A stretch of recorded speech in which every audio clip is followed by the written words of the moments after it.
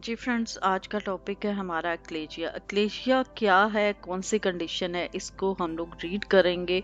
ये टॉपिक हमारा adult health nursing semester 3 का है, यूनिट 1 है। तो स्टूडेंट हम लोग आज इसी को देखेंगे, व्हाट इज एक्लेजिया। जैसा कि आपको इस पिक्चर में नजर आ रहा है कि क्या है डिफरेंट बिटवीन एसोफेगस, माउथ से लेके स्टमक तक जो ट्यूब हमारी खुराक को, हमारी फूड को लेके जाती है स्टमक तक, उसे क्या बोला जाता है, एसोफेगस। पेट आप तक पहुंच सके।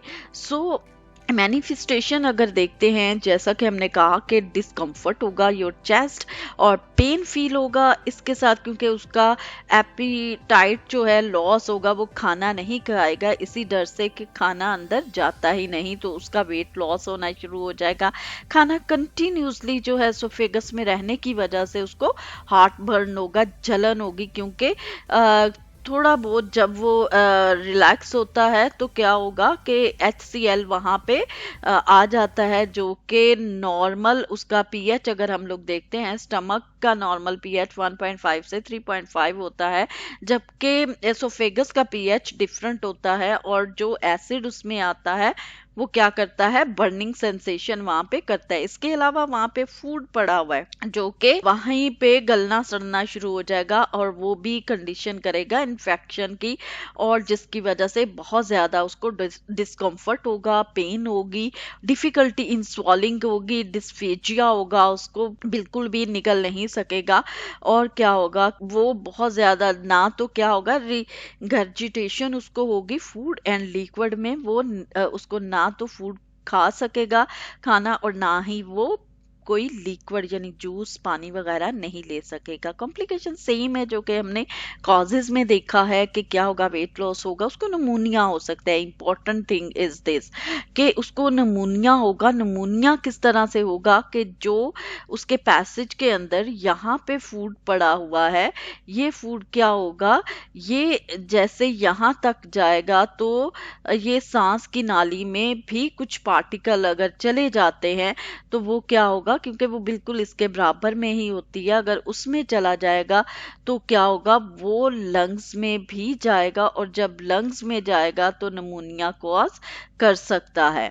और इसके अलावा क्या है, कैंसरस सेल वहां पे बनना शुरू हो जाते हैं कंटिन्यूसली इन्फेक्शन की वजह से, और नर्व सिस्टम उसका जो है वो खराब है, तो ये भी रीजन बनते हैं।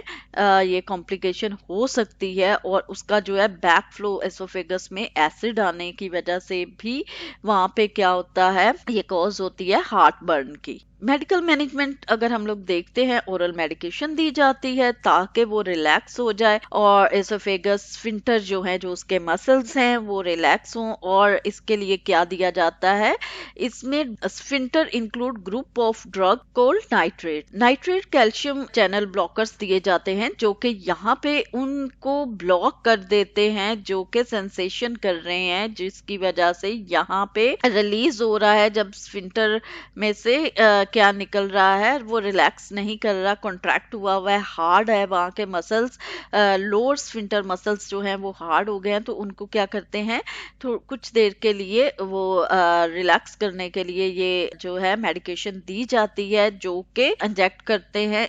इसको कहते हैं बोटुलिनियम टॉक्सिन होता है, जो स्फिंक्टर को स्फिंक्टर में इंजेक्ट करते हैं ताकि वो थोड़ा रिलैक्स हो। और ये इंजेक्शन इस तरह से बालून टाइप का होता है, उसको डायलिटेशन करते हैं, डायलेट करते हैं, ओपनिंग करते हैं, ताकि इजिली जो है वो रास्ता बन जाए। और क्या होता है, एसोफेगस के अंदर समटाइम वो बालून रख देते हैं, और वो डिजॉल्वेबल होता है, और एक टाइम पे आके वो क्या होता है, खत्म हो जाता है, और वो अपनी कंडीशन में नॉर्मल आ जाता है। बोटुलिनियम टॉक्सिन अगर हम लोग देखते हैं, ये एक ऐसा न्यूरोटॉक्सिक प्रोटीन है जो कि प्रोड्यूस करता है बैक्टीरियम क्लोस्ट्रिडियम को, जो कि रिलेटेड होते हैं। इसके अंदर स्पीशीज होती हैं जो कि प्रिवेंट कर रही होती हैं neurotransmitter acetylcholine from axon ending at the neuromuscular, यानी कि न्यूरोमस्कुलर जंक्शन पे ये जो है वो रिलीज कर रहे होते हैं, और ये बीटा ब्लॉकर्स होते हैं जो कि उसको ब्लॉक कर देते हैं उस कॉजिंग एजेंट को, जो कि कॉज कर रहे हैं इन्फ्लामेशंस की, पस फॉर्मेशन की, तो ये उसके लिए बहुत ही इम्पोर्टेंट होते हैं। कुछ देर के लिए पैरालाइज कर दिया जाता है ताकि उसको रिलैक्स किया जाए, उन मसल्स को क्या किया जाए, रिलैक्स किया जाए। इस कंडीशन को ट्रीट करने के लिए ये किया जाता है। सर्जिकल मैनेजमेंट किया जाता है। सर्जिकल मैनेजमेंट में वो पोर्शन जो कि मैनोमेट्री किया जाता है, यानी कि मायोटोमी जिसे बोलते हैं, लेप्रोस्कोपिक मायोटोमी किया जाता है, यानी एक स्कोपिक जरिए से एक कैमरा डालकर अंदर देखा, वो जो है उस कंडीशन को देखा जाता है और फिर उतना एरिया जो कि इन्वॉल्व है उसको हटा दिया जाता है, पार्शियल एरिया निकाल दिया जाता है। इसके अलावा अगर हम लोग देखते हैं, एक्सरे किए जाते हैं, बैरियम मील किया जाता है। यहाँ पे अगर हम लोग देखते हैं, बेरियम मील स्वॉलो एक्सरे किए जाते हैं और ये ऐसी मेडिकेशन होती है जो कि इस जगह पे जाके जहाँ अकरिंग कंडीशन है, जहाँ पे डिजीज है, उस एरिया को छोड़ के बाकी जगह पे ठहर जाती है और फिर हमें पता चल जाता है कि यहाँ पे कुछ डिसऑर्डर है।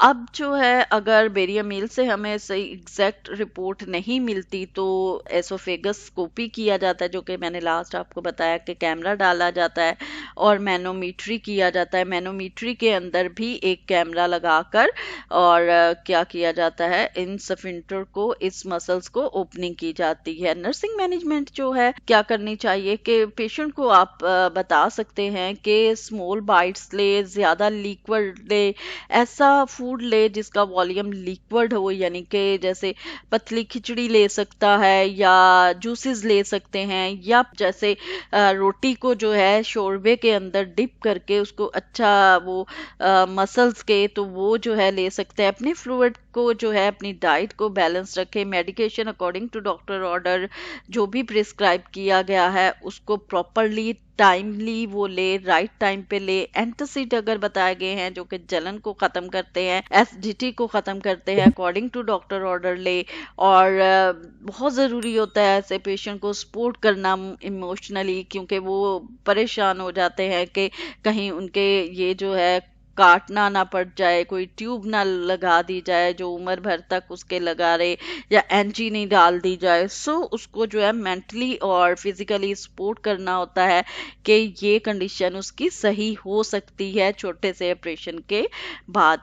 उसका लाइफस्टाइल जो है चेंज करने के लिए बोलना चाहिए, जैसे फास्ट फूड है या बहुत बड़े नवाले लेके वो खाने वाला पर्सन है तो उसको अपनी आदत को थोड़ा सा चेंज करना पड़ेगा, थोड़ी एक्सरसाइजेस करनी पड़ेगी, वॉक करनी पड़ेगी, क्योंकि ये कंडीशन ओबेसिटी वगैरह में भी होने के चांसेस होते हैं। नर्सिंग डायग्नोसिस जो है बहुत ही इंपॉर्टेंट रोल प्ले करती हैं इन नर्सिंग। डिस्फेजिया अगर बात करते हैं, डिफिकल्टी इन स्वॉलिंग, एक्चुअली हम लोग डायग्नोज जो है सबसे पहले उसी को इम्पोर्टेंट देते हैं जो कि सबसे पहले डिजीज अक्कर हो रही है, लाइक डिफिकल्टी इन स्वॉलिंग है उसकी, तो सबसे पहली डायग्नोज भी यही बनेगी, dysphagia related to peristalsis, backflow और food related to narrowing of oesophageal hiatus. यानी कि जब भी आप नर्सिंग डायग्नोज बनाएंगे बिल्कुल सिंपल वर्डिंग में बनानी है कि बैकफ्लो उसका क्यों हो रहा है, किस वजह से हो रहा है, कि हाइटस है, जो कि हाइटल हर्निया जैसे आपने पढ़ा है। मेरी अगर आप लोगों ने देखी है वीडियो, नहीं देखी तो आपको यहाँ आइकन में नजर आ जाएगा, इसको क्लिक करिएगा, आप हाइटल हर्निया आप उस वीडियो को देख सकते हैं। Pain related to spasm of oesophagus muscles, देखें ये बिल्कुल ही इजी है। पेन उसको हो रहा है, क्या है रीजन, एसोफेजियल मसल्स जो हैं वो क्या है, स्पाज्म है, वो खिंचाव है उसके। Anxiety and stress related to disease process. Hope so आपको ये समझ आया होगा। तो इसको समझ आया है तो लाइक करें, शेयर करें, सब्सक्राइब करें और बेल आइकन को जरूर प्रेस करें। अपने फ्रेंड के साथ जरूर शेयर करें ताकि न्यू अपडेट आप तक सबसे पहले पहुंचे। तो मिलते हैं नेक्स्ट वीडियो में नई डिजीज के साथ। जब तक दे मुझे इजाजत। God bless you everyone.